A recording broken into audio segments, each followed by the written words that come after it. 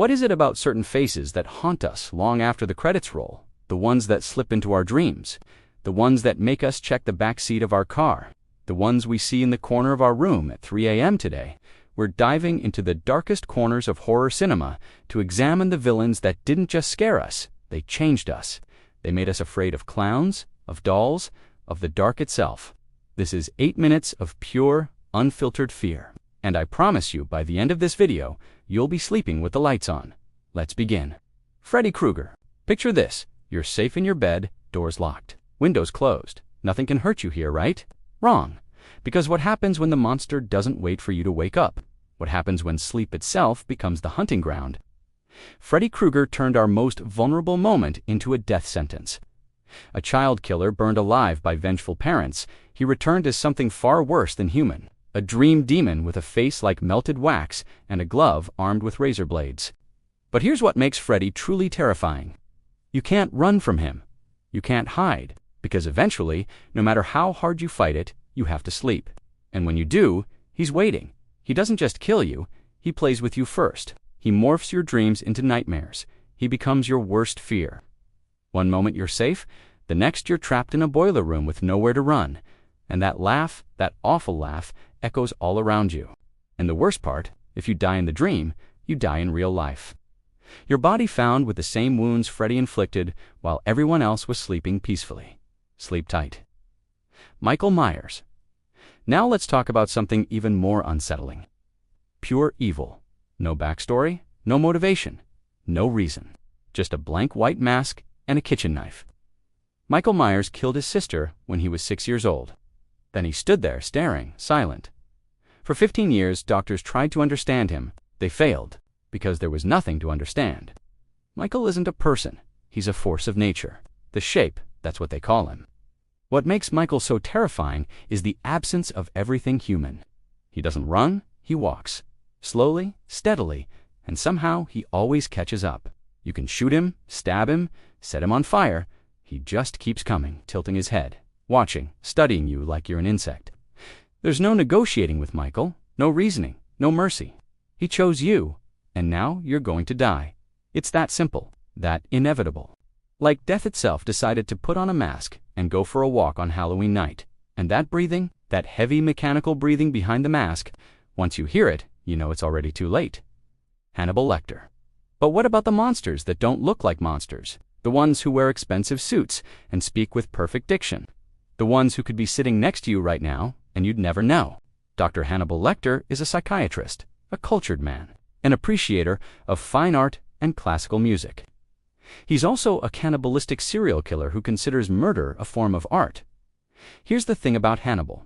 He's smarter than you, smarter than everyone. He can read you like a book, find your deepest insecurities, and use them to destroy you. And he'll do it all while being perfectly polite. In his most famous scene, he's locked behind glass, restrained, muzzled like an animal. And yet, he's still in complete control. He gets inside your head with just words. He makes you doubt yourself, question everything. And if he ever gets out, if those restraints ever come off, well, he once killed 2 guards and wore one of their faces as a mask. Hannibal doesn't just kill you. He studies you, appreciates you, and then he serves you at a dinner party with a nice Chianti. The most terrifying part, you might even be honored to be on his menu, because when Hannibal Lecter chooses you, it means he found you interesting. And that's worse than being forgotten. Regan McNeil, the demon. What could be more terrifying than evil itself? How about evil possessing an innocent child? Regan McNeil was a normal 12-year-old girl, until she wasn't. Until something ancient and malevolent crawled inside her and made her body its home. The demon that possessed Regan didn't just terrify her family, it terrorized priests. It shook the faith of everyone who witnessed it.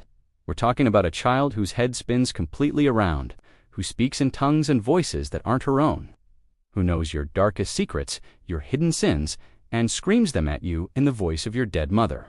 A little girl who stabs herself with a crucifix and projectile vomits green bile. This isn't just scary, this is disturbing on a primal level, because it takes something innocent, something we're supposed to protect, and corrupts it completely. It reminds us that evil doesn't discriminate, it doesn't care about innocence, it just wants to destroy. And that voice, that demonic, guttural voice coming from a child's mouth, telling priests that their mothers are burning in hell. That's the stuff that stays with you. That's the stuff that makes you question everything you believe about good and evil. Jason Voorhees. Let's get back to basics. Sometimes horror doesn't need to be complicated. Sometimes it's just a hulking, unkillable man in a hockey mask who really doesn't want you at his summer camp.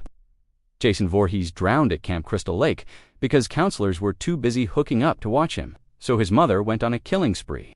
Then someone killed her, and Jason came back. Not as the boy who drowned, but as something else, something that can't be stopped. Jason is pure, relentless brutality. He's killed more people than most small wars. Machete, axe, spear, sleeping bag against a tree. Yes, he actually did that. He grabbed a person in a sleeping bag and smashed them against a tree until they stopped moving. What makes Jason terrifying is the inevitability. You know he's coming, you know he's going to find you, and you know that when he does, it's going to be violent and messy and creative. He's like a sick artist whose medium is murder. Camp Crystal Lake has a death curse, and Jason is its executioner. Simple as that. Chucky. What's worse than a child who is possessed? A child-sized doll possessed by a serial killer. Charles Lee Ray, the notorious killer, transferred his soul into a toy, and suddenly, your harmless childhood companion became your worst nightmare. Chucky doesn't care about logic. He doesn't care that he's small or plastic. He moves when you least expect it. He laughs when you scream. He toys with you, literally turning your innocence into terror. What makes Chucky so horrifying is the contradiction. The small, smiling doll is meant to be safe, comforting, and yet it is the ultimate predator.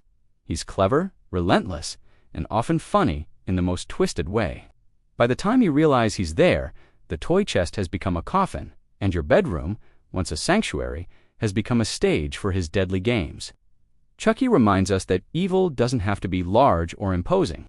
Sometimes it comes with a plastic grin, red hair, and tiny shoes. And that's what sticks with you long after you turn off the lights. So there you have it, 6 villains that defined horror. 6 faces that haunt our nightmares.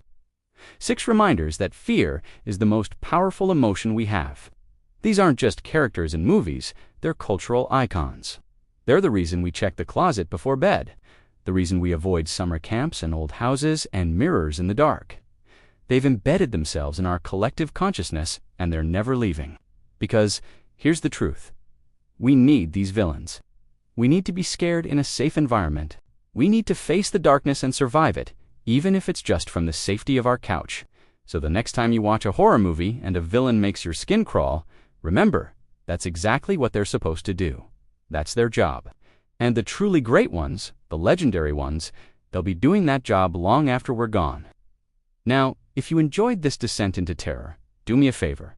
Hit that like button, subscribe for more horror content, and drop a comment telling me which villain terrifies you the most. Or, better yet, tell me which one I missed. Which villain keeps you up at night? Until next time, keep the lights on. Trust me on that one. Sweet dreams.